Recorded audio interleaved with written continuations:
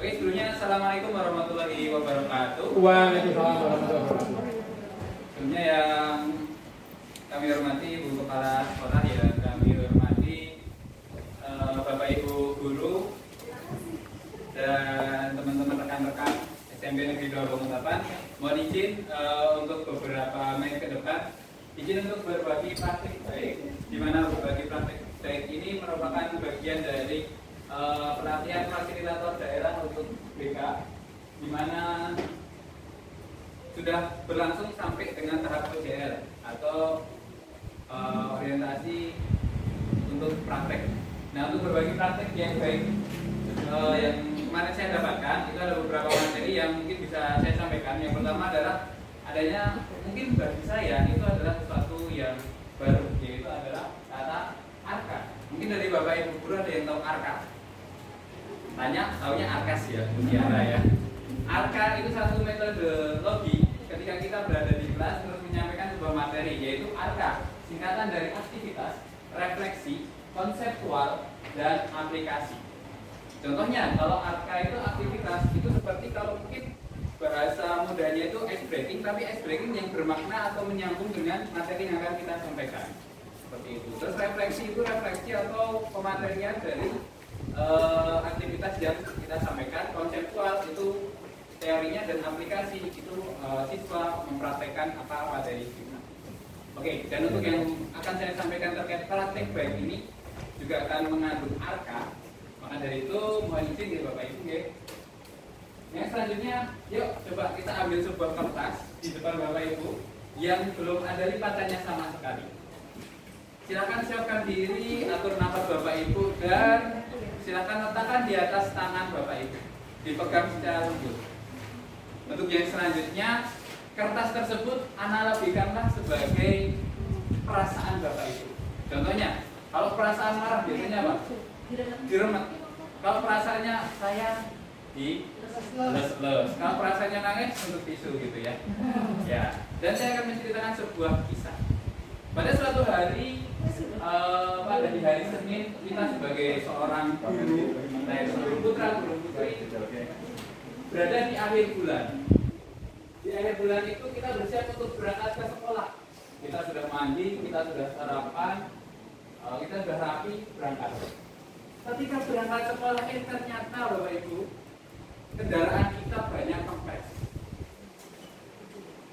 Kendaraan kita banyak kempes. Dan harus memompa ban tersebut sehingga baju yang kita rapikan, rambut yang kita rapi itu jadi agak sedikit basah. Selesai dipompa, kita berangkat.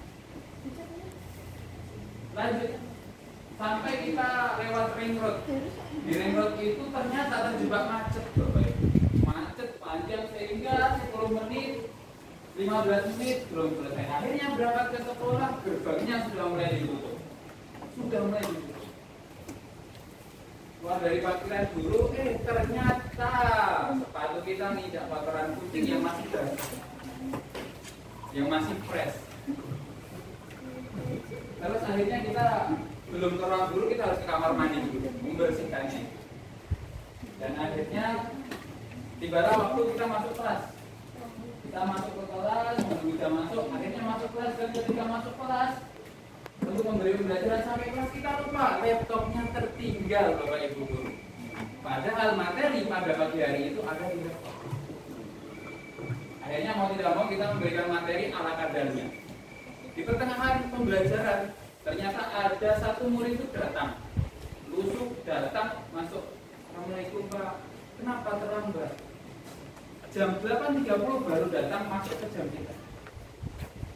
Padahal pukul 8.30. Ketika ditanya dia tidak menjawab. Ketika ditanya ya tidak, sepatah kata pun tidak keluar. Akhirnya waktu berlalu hingga akhirnya waktu pulang tiba, waktu presensi tiba. Ternyata ketika tiba waktu pulang hujan deras. Kita lihat di motor kita, kendaraan kita, ternyata kita tidak membawa mantrol. Akhirnya kita harus menunggu hujan deras tersebut. Ketika menunggu kita sambil untuk memainkan gawai kita, dan ternyata baterai HP atau gawai kita habis. sebelum saya lanjutkan, bagaimana kondisi kertas Bapak Ibu? Masih utuh, alhamdulillah. Dan cerita akhir saya adalah ketika di esok harinya berganti hari Selasa saya kembali ke sekolah. Pada jam istirahat ada siswa datang ke saya, mohon maaf Pak, kemarin siswa atas nama A itu terlambat khusus, ternyata ibunya masuk rumah sakit dan dia adalah seorang single parent, jadi dia harus mengurusinya. Terus dapat kabar juga dari teman guru yang lain, enggak, kemarin itu ring road yang tempat kamu pulang itu tuh hujan deras dan ada pohon tumbang. Ini aktivitas, yaitu merefleksikan diri, dan refleksinya adalah bagaimana kondisi kertas Bapak Ibu. Ada yang diremet, Bu ini, kok diremet Bu? Gimana perasaannya Bu? Kok diremet kertasnya? Oh, ceritanya siapa terus? Jadi rasanya gemes gitu ya. Kalau sudah gajian gini, kalau Bu Pur, kok kertasnya masih halus Bu? Karena ada sesuatu yang itu kelihatannya buruk yang kita terima, tapi ternyata itu setelah dari buruknya mengetahui bahwa itu baik. Kita lebih baik. Oke, terima kasih kepada Bu Pur dan Bu Bit. Jadi ada pertanyaan bagaimana kondisi kertasnya. Beda-beda setiap orang. Ada yang diremet, ada yang masih halus, ada yang seperti Pak Ustaz sedikit diremet, ada sedikit bagian keselnya, ada yang tambah. Nah, kalau yang diremet, Bu Bit, menyesal nggak meremet kertas tersebut?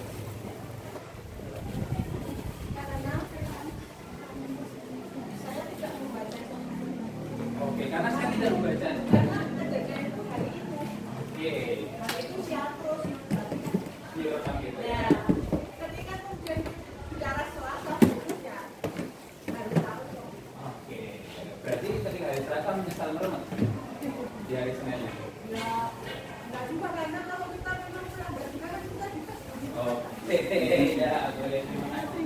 Jadi kadang ada yang merasa menyesal meremet kertas, kenapa sih ya saya harus makan dan sebagainya. Analoginya adalah ketika kertas tersebut murid kita, ketika kita dapat bahasa UIN ya, kesialan yang berturut-turut, ternyata ada murid kita tadi terlambat. Kita marah sama dia, bahkan mungkin sampai mencaci dia. Padahal kita nggak tahu latar belakangnya, ternyata orang tuanya masuk rumah sakit. Bisa jadi siswa yang datang terlambat itu bakalan akan terkena mentalnya, sakit hati, dan bisa jadi nggak sekolah. Dan bisa jadi juga ketika hujan itu kita pulang tidak tahu kita selamat atau tidak. Nah, kemarin Bapak Ibu Guru sedikit berbagi bahasanya selama beberapa hari saya di BPTK saya membahas 7 guru BPTK hebat. Ada nyanyiannya sih. Tapi yang nggak usah saya nyanyi, suara saya sangat bagus sekali. Yang pertama adalah kenali potensi. Yang kedua adalah kelola emosi. Jadi kenali potensi, tangannya seperti ini. Potensi berada pada diri kita sendiri, beda-beda. Lalu yang kedua adalah kelola emosi. Orang ketika dipeluk itu emosinya stabil, gitu ya. Lalu yang ketiga adalah tumbuhkan resiliensi. Resiliensi itu bahasanya daya lenting terhadap masalah. Ketika ada masalah, saya yakin 1-2 orang ada yang marah, ada 1-2 orang yang dia bisa sabar. Nah itu daya lenting atau daya lentur terhadap masalah. Terus yang ketiga adalah jaga konsistensi. Jaga konsistensi itu adalah dia mulai membuat kebiasaan dari kecil menjadi kebiasaan yang besar. Itu. Terus ada juga jalin koneksi. Jalin koneksi itu cara berbicara. Nah ini yang biasanya juga akan ada pelatihan tersendiri bagi Bapak Ibu Guru, seperti cara duduk, cara kita ngobrol. Seperti kita perhatikan bahwa ini sama Pak Ali ngobrol itu berbeda ketika mungkin Pak Ridwan sama Pak Nader itu berbicara akan tatap-tatapan atau akan samping-sampingan, itu akan berbeda. Nah itu nanti ada materinya tersendiri. Dan yang 6 sama 7, 2 ini khusus guru. Kalau 1 sampai dengan 5 itu kita sampaikan ke guru untuk jadi guru wali dan untuk bisa diterapkan di murid. Kalau yang membangun kolaborasi dan mengatasi situasi itu terkait dengan sistem persekolahan. Ada resiko, ada ancaman dari sekolah, tapi ada keunggulan sekolah. Nah, lanjut. Kemarin saya sedikit berbagi kepada siswa di kelas 9B dan 9D. Saya ingin mempresentasikan kaitannya. Saya mengambil satu tema yaitu mengenali potensi di kelas 9B. Kelas 9B saya ambil satu website yang memang disarankan, yaitu websitenya namanya Aku kesalahan kecil nih Bapak Ibu. Ya, pintar itu di bagian atas kanan itu ada namanya tes bakat minat. Ketika kita klik akan ada beberapa tes bakat minat. Yang pertama adalah tes gaya belajar, yang mungkin Bapak Ibu guru tahu, ada visual, kinestetik, auditori. Yang kedua ada tes kemampuan, ada tes penjurusan. Nah, kemarin yang saya terapkan itu adalah tes penjurusan. Karena kenapa? Saya fokusnya ke kelas 9, di mana kelas 9 dia banyak yang request, Pak saya bingung pengen SMA atau SMK, Pak saya ambilnya di jurusan apa ya? Pada itu saya mengambil tes penjurusan di mana itu nanti hasilnya ada namanya RIASEC, realistik, investigatif, artistik, sosial, enterprising, sama konvensional. Nah, nanti ketika mungkin Bapak Ibu guru bisa ini diterapkan di siswanya, ketika di jam pembelajarannya mungkin kok ini kelas ini rame terus, gerak terus, mungkin bisa jadi ketika di tes ternyata banyak yang tipikal kinestetik, atau mungkin kok di sini kalau dijelaskan dengan kata-kata kok sulit, oh butuh ada visual. Dan ternyata ketika saya terapkan ini di kelas 9B pada tertarik dan bahkan pengen benar-benar mendalami, setelah selesai pada cerita pada dapat apa ya, berapa persen gitu. Jadi nanti yang dihasilkan itu prosentase ya Bapak Ibu.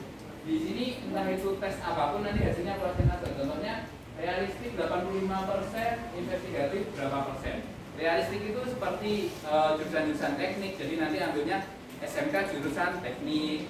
Terus nanti ketika investigatif berarti mungkin SMA bidangnya farmasi, SMK farmasi atau SMA di bidang IPA. Terus nanti artistik ya jelas ya, kalau saya jelaskan nanti bisa seperti Pak Ahmad. Terus nanti sosial saya yakin kalau Bapak Ibu guru di sini dites hasilnya sebagian besar sosial, karena pekerjaan sosial itu biasanya guru.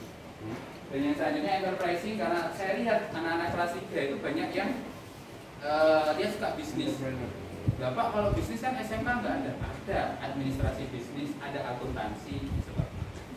Jadi malah justru anak-anak itu terpacu untuk ya kalau bisnis apa untuk bertanya.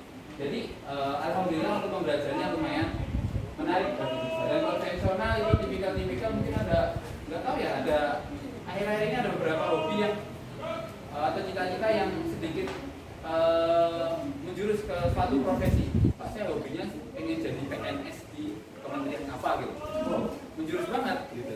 Padahal kalau biasanya Pak saya pengen teknik otomotif, kerja di mana nggak tahu. Sekarang ada yang spesifik, ada yang nah mungkin itu yang kemarin saya sampaikan ke kelas.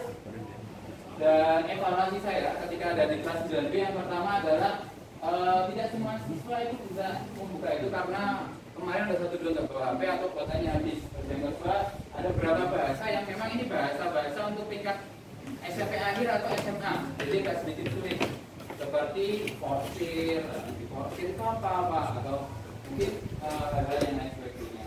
Terus tadi juga ada ketertarikan terhadap yang berbeda-beda. Jadi kadang satu kelas itu hasilnya itu sangat different banget. Dan yang terakhir ada rekapnya. Jadi ini website bebas tanpa harus kita jadi host untuk menilai hasilnya, sehingga saya untuk rekapnya harus buat Google Drive, Google Form sendiri seperti itu. Dan aplikasi dalam mendukung pembelajaran. Jadi nanti bisa diterapkan Bapak Ibu dan bisa menjadi dasar pembelajaran SEA atau sosial emotif learning. Jadi pembelajaran yang berbasis sosial emosional. Karena saya yakin Bapak Ibu guru akan lebih nyaman ketika siswa itu bisa menerima kita ketika di kelas, bisa paham situasi kondisi kita secara sosial dan emosi, sehingga materi itu bisa masuk ke kita. Mungkin itu kurang lebihnya dari saya. Mohon maaf, terima kasih atas waktunya. Saya ucapkan assalamualaikum warahmatullahi wabarakatuh. Waalaikumsalam warahmatullahi wabarakatuh.